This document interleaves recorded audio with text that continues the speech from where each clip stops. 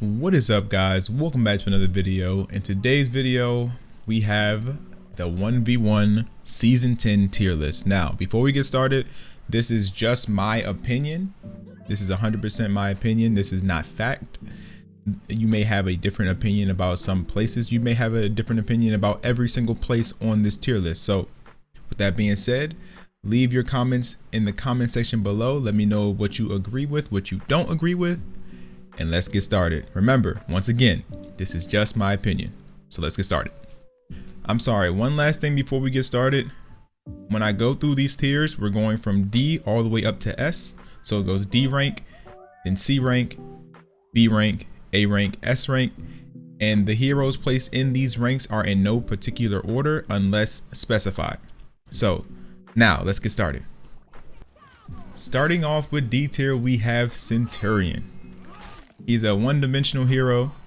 He really needs a wall or a charged heavy to get his real damage. Plus he has bad range, as opponents can just back walk and stay out of range, and then when you finally whiff your heavies, your opponent can just basically punish you when you whiff attack. So he's not very good of a hero. He honestly needs a buff similar to Shigoki, but hey, what can you do? Next up in D tier we have Aramusha. Aramusha is kind of like controversial because there's a lot of people saying that he's really good, but all his attacks can be basically back dodge. His deadly feints and his heavy finishers can be back dodge, and if you back dodge a heavy finisher, you can punish him with a GB. Even this level 1 bot that I was playing in training was able to successfully back dodge all my deadly feints. So he's not really good, and I don't know if I mentioned, but he has really no opener. The zone is decent, but that's pretty much all you have. If you just block in that direction, he's not that intimidating. And last in D tier we have Valkyrie.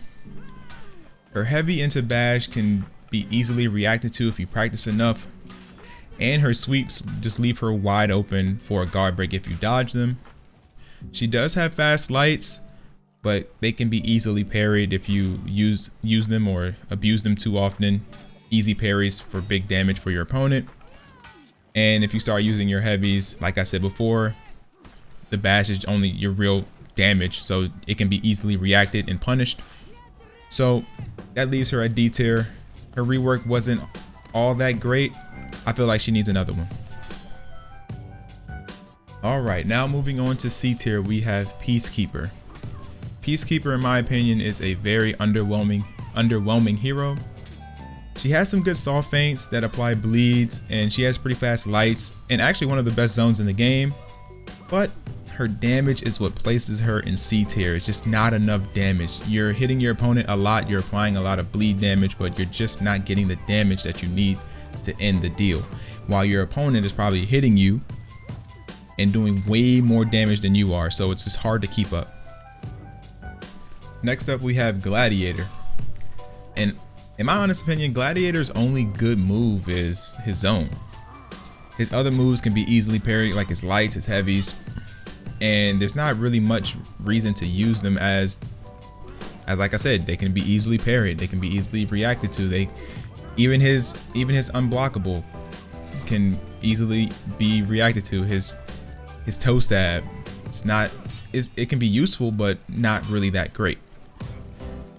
But there are some matchups Glad can win by abusing his zone, so that's why I put him in C tier, not D tier. Next up in C tier we have Shigoki. Now I know a lot of people complain about Shigoki, and this may come to a shock to people, but his unblockable heavies and his hug can be easily avoided by back dodging or rolling, and once you roll out of the hug, it can be punished. So it's not really good for Shigoki to really go for these type of moves. So honestly, you're really stuck with his lights and his regular charged up heavies where they're not unblockable. So that being said, it leaves him with not much to work with, so that's why I have him at C tier. Next up we have Nobushi. Nobushi is kind of under the radar. She has pretty good defense with hidden stance and increased damage when your opponent has bleed on them, but just with all the other heroes getting buffed up, it kind of feels like Nobushi's been left in the dust, and there's a bunch of heroes just becoming better and better while Nobushi has been the same for quite some time. That's why I have her at C tier, but with a good rework, I think she can be back up to A tier, maybe even S if the rework is done well. So let's hope for that. And now we're moving up to B tier, the middle of the pack. We have Shinobi. Shinobi has low health, but has pretty quick moves, and they're also safe moves. But the only downside is like the kick that Shinobi has is pretty easy to dodge and can be punished by some heroes. And like I said before, just the overall low health, it's kind of easy to kill Shinobi once you get your hands on a Shinobi. Next up we have Warlord. I was considering putting Warlord in C tier, but I ended up deciding putting him in B tier based off his high health and the damage increase from his headbutt. The headbutt now grants you 15 damage. It can be punished pretty easily if you see it coming and dodge accordingly and punish with guard break, but he does have good health, which keeps him in the fight longer. And of course the headbutt is still a good bash move, does decent damage. 15 is a nice little chunk of damage. And he's just a basic hero overall, man. It's either, you know, headbutt, GB, zone, or lights, and the occasional heavy. So he's very, very simple. Once you understand what the Warlord's going for, you can kind of counter him pretty easily. But I still put him at B tier. Now we have Orochi. Orochi can honestly be placed in C tier, but I decided to go with B tier just because of his fast lights, similar to Nushia, and he also has Storm Rush for a, you know, added mix up. He also has good heavies, good damage heavies, and a good deflect. When you do land a deflect, he can get some good damage off of it, and he's just like an annoying hero to fight, and he's pretty tricky. So that's why I decided to put him at B tier. But honestly, depending on, you know, how you feel, you may put him in C tier, or you may have him in B tier like I do. So next up we have Kensei, which is a pretty solid hero, but the pummel strike can be reacted to, or you can just attack Kensei out of his pretty slow top heavy. One good note is that Kensei can get a GB off deflect and get some good damage once he's in his chain by following up with some quick lights. And he can be pretty difficult to stop once he's in his chain with his top unblockable mix up and that good stuff. But it's just he has a hard time of getting into his chain. That's what really holds him back a little bit. But all in all, he's a pretty solid hero. Next up we have Nushia. Nushia has 400 MS lights in her chain, and her heavies can be changed up into traps. But once you think about it, that's pretty much all she has. Kind of a basic hero in that sense. And she has pretty low health, and with enough practice, you can kind of counter the traps with lights, you can counter the traps with heavies even. So it's just about practicing the hero. Once you understand what Nushia likes to go for and understand that you can actually react to the traps, it becomes a little bit underwhelming, and she kind of has a hard time of getting into her chain, which makes it kind of difficult to play her as well. Next up we have Lawbringer. Now, yes, I know Lawbringer has just gotten his rework, and this may change once people figure out more things they could do with Lawbringer, or figure out a playstyle that suits Lawbringer better according to this rework. But as of right now, I don't think the rework did him justice. It did make him, I feel, slightly better, but it's kind of difficult to say, man, because if you were a very defensive player with Lawbringer, you could win a lot of games just by standing perfectly still and block shoving people to death, or, you know, unlocking and doing top lights and unlocking and doing impale charges, or whatever that move is called, the impale. So it's kind of weird. His heavies can be easily back dodged, like his whole chain can be easily back dodged out of when he does his unblockable. So that kind of leaves him with much more to be desired. But on a good note, he has some of the best parries in the game. Now moving on to A tier, we have Highlander. Highlander is just a beast when he goes into offensive stance. He has very low recovery on his offensive stance dodges. He has 400 millisecond lights in all directions. He has 40 damage from his heavies, and he gets a confirmed heavy from a kick or a grab from the caber toss, to be more exact, in offensive stance. He's just a beast, man. He can easily punish heroes in mid combo. Like if they're trying to go into their string, he can dodge the first hit of your string and light you out of it. Or if you have enough recovery within your string, he can even kick you out of it for 40 damage. He's just an absolute beast. He can just mix up a lot of his attacks just to catch you off guard. And yeah, just an overall good hero. Also has good wall splat damage as well in defensive stance. So that's a plus. Now we have Shaolin in A tier. Shaolin just overall good hero, man. Good lights, quick lights, 400 ms light from top. Good side lights, can go into triple light. He can also flow into his key stance, if I said that correctly.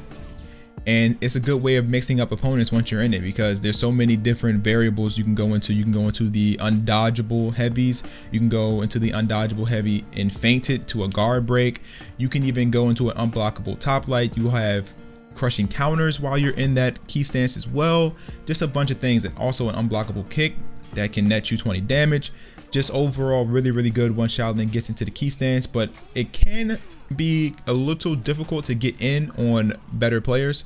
But that's why you just have to mix it up and find a way to get into your key stance, and once you're in there, you're pretty much getting damage. Now we have Black Prior in A tier. He used to be in S tier because of his bash being unpunishable, and just overall his kit was just amazing. But now, since this update has came out in season 10, which made his bash more punishable, I'm not going to say he struggles, because the ball rock counter is a really good tool to stop other bashes. He still has the light into bash, which you have to respect. You have to dodge, and then he has the light into an undodgeable heavy if you know your opponent is going to dodge. So he's still a really good hero. That's why I place him at A. But the reason he's not S tier is because now his bash is just a little bit more punishable. Next up we have Tiandi. Tiandi is just an overall really good hero. Has fast lights, 400 ms lights. He can bash you after one light. He has a quick zone. Even his bash from neutral is really good. It can stop guard breaks. You know, it can just throw your opponent off. It's a really quick bash. And just overall, it just all that added together just makes a really solid good hero, and that's why I have him at A tier. Following Tiandi, we have Shaman. Of course, this is not in any order, but Shaman has the ability to apply easy bleed and heal health once they are bleeding. So if Shaman hits you while you're bleeding, she gains health, and she has special access to her bite move once your opponent is bleeding, which does 50 damage and heals you. So that's really good. She has good dodge attacks, a good bash attacks, fast lights, overall just good mix-ups with her unblockable heavy from the left side. Just a really good character, man. That's why I place her at A. Next on the list is Jang Jun. The usefulness of his Sifu stance puts JJ in A tier in my eyes.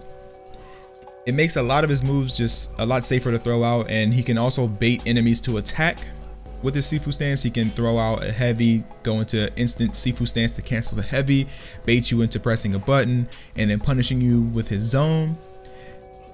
He also has pretty fast lights for a heavy character, and just, you know, as heavy characters have good health, you know, that makes him a really good hero. Just high health will make just about anybody a good hero. But yeah, but just the addition of the Sifu stance and just how you can play around that makes him a good hero. And last in A tier, we have the new hero Hitokiri. Hitokiri is the new hero for season 10, and basically what this character revolves around is armor on his heavies. So basically you can just trade with just about anyone in the game. You can just throw out heavies. The armor comes out extremely quick, which is a huge plus. You can even miss out on a parry by accident and still get damage, because your armor comes out so fast that it tanks the hit and you return with your own hit. You can also decide to kick your opponent or sweep your opponent, and you can cancel the kick or sweep so you can catch them dodging and guard break them. So that makes it really good in that sense. Also forgot to mention the finisher on the light also has armor on it. So if you want to just throw in that real quick to catch people off guard, you can also do that, and it's pretty quick. So that's why I have Hitokiri at A tier. Now we're moving on to S tier. S tier is the best of the best characters. We have Conk, which is just a great defensive hero, great health, good opener with the bash, and his zone is just amazing. His zone, you can use his zone to parry attacks. Very, very safe hero, very annoying hero, can dodge to the side and bash you, can delay his bash, can change up the timing of it. Just a very, very good hero, very annoying to fight. And yeah, just his defensive capability makes him a great hero. Next up, we have Warden.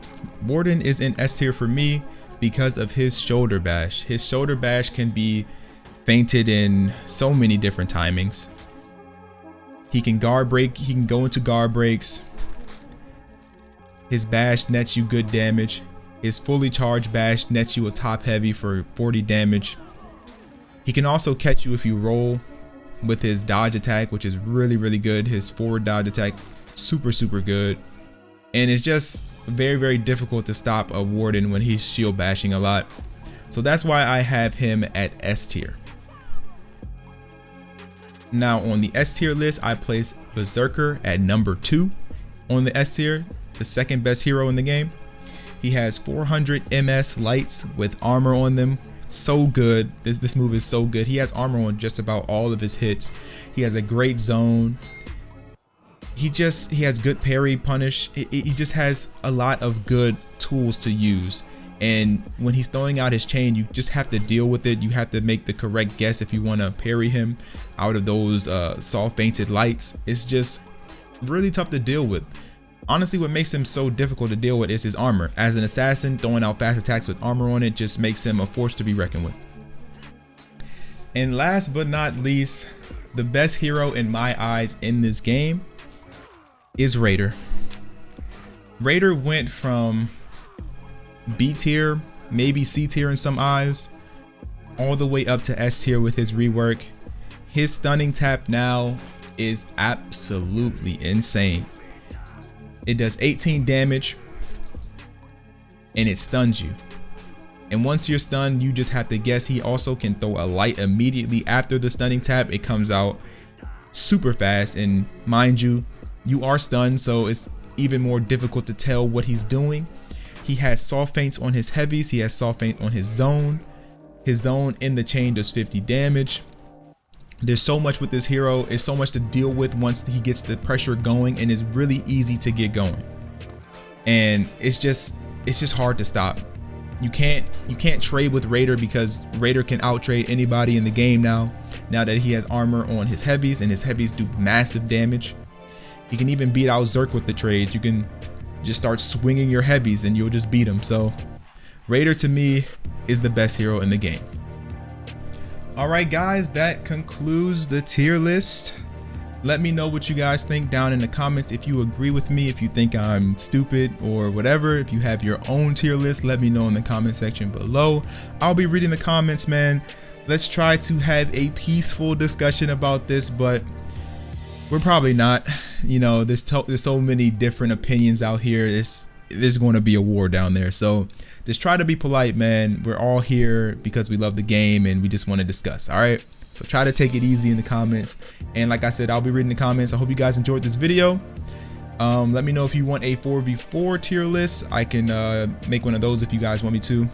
And with that being said, guys, I will catch you guys on the next one. Don't forget to follow my Twitch. I stream very, very often on Twitch. Link is in the description. Follow my Twitter. Link is in the description as well. Peace out.